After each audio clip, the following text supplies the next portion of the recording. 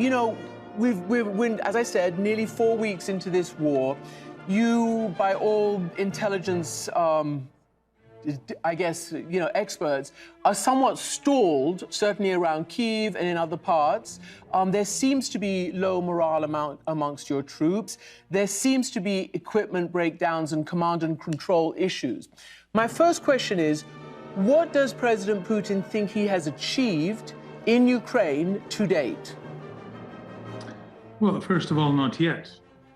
He hasn't achieved yet, and we're speaking about special and military operation that is going on, and it is going on strictly in accordance with the plans and with purposes that were established beforehand. And of course, well, first of all, I think we have to speak about the reasons for this operation. I mean, because speaking about the morale against our amongst our military. Of course, you operate data and information coming from different media and from your intelligence, but you would probably have to doubt this information. You have to doubt it, and you have to think twice whether it is true or not. Well, here's the thing, Mr. Peskov. You know, intelligence that really predicted the invasion turned out to be true, despite what you all told us, you know, from the Kremlin. So let's just get past that. We've also heard, you know, civilians and journalists who've seen Russian troops and who've recounted. But that's be that as it may. When you say he hasn't achieved, President Putin hasn't achieved yet, what do you foresee? Because this was going to be, according to your own side, in the press, in the state-sponsored media in Russia, a pretty quick operation. It was even suggested that, you know, within a couple of days that, quote-unquote, Ukraine would return to, quote-unquote, Mother Russia. What has gone wrong, and what do you see for the next phase of this? Well, of course, no one would think from the very beginning about a couple of days. It's a serious operation with serious purposes. And I think if we try to remember those purposes, those main goals of the operation, it's to get rid of the military potential of Ukraine. And actually, this is why our military are targeting only military goals and military objects on the territory of Ukraine, not civil ones. Russian military are not hitting civil aims, civil targets.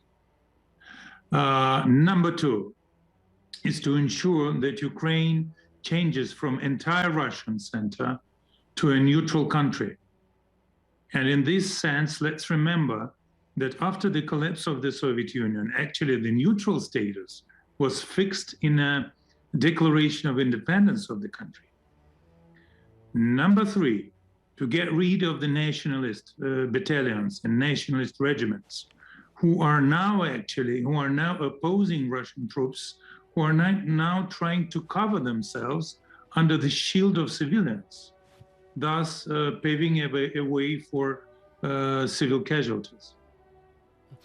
Dmitry, and also, I beg your pardon, if you let me, and also to ensure that Ukraine acknowledges the fact that Crimea is also an untakeable part of Russia, and that People's Republics of Lugansk and Donetsk are already independent states, that Ukraine actually has lost them after the coup that happened in 2014.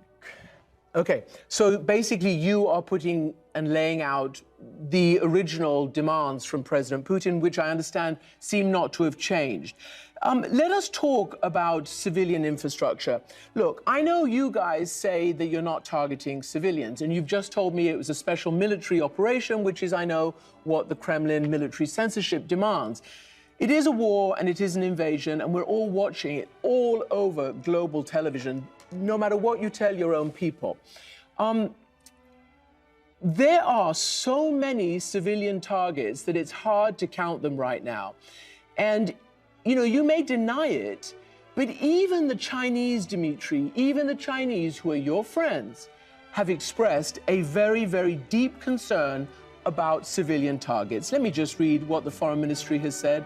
It is deeply grieved to see the conflict between Ukraine and Russia and highly concerned about the damage done to civilians. They are very, very concerned. Those are your friends, the Chinese, not weirdo journalists or anybody who's actually watching it with their own eyes and can tell the truth. So the real question is, what is President Putin's strategic goal in blasting the civilian infrastructure of places like Mariupol, which we are watching turn to smithereens for the last several weeks now? What's the strategic goal? Well, the strategic goal is to clear up the Mariupol from nationalistic regiments who are there in a heavily covered environment. And by the way, they're simply not letting people out from the city, from the town.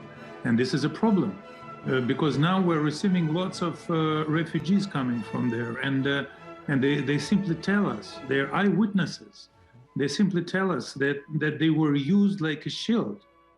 They were used under heavy bombardment. And then those nationalists, they were killing people who would want to leave the city. And now the main goal is to get rid of those bad guys there.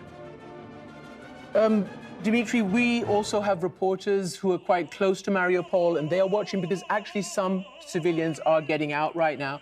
And they obviously tell a completely different story, that they have been prevented from getting out. And we know that any attempt to establish any kind of humanitarian corridor has collapsed under the weight of Russian shelling, even when you give assurances. There is no food going in, and your own defense ministry said these last few days that only if Mariupol surrenders will they allow food, water, medicine to go in there. I've covered a siege, probably the longest in modern history, the siege of Sarajevo. So I know the playbook very, very well. So the question is, why are they then coming out and telling us that?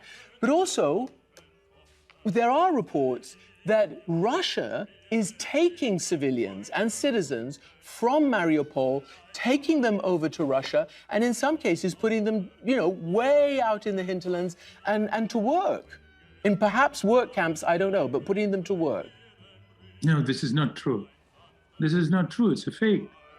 It's a fake. And then, well, believe me, we're all living, not only under the circumstances of military operation, we're living in a severe informational war and war of fakes. And then, well, you have to know the situation from the outside, from the inside, and sometimes it's very hard to understand what is going on there.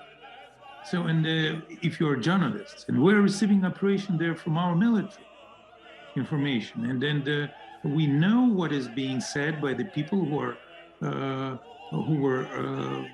well, led by those nationalistic regiments to leave the city.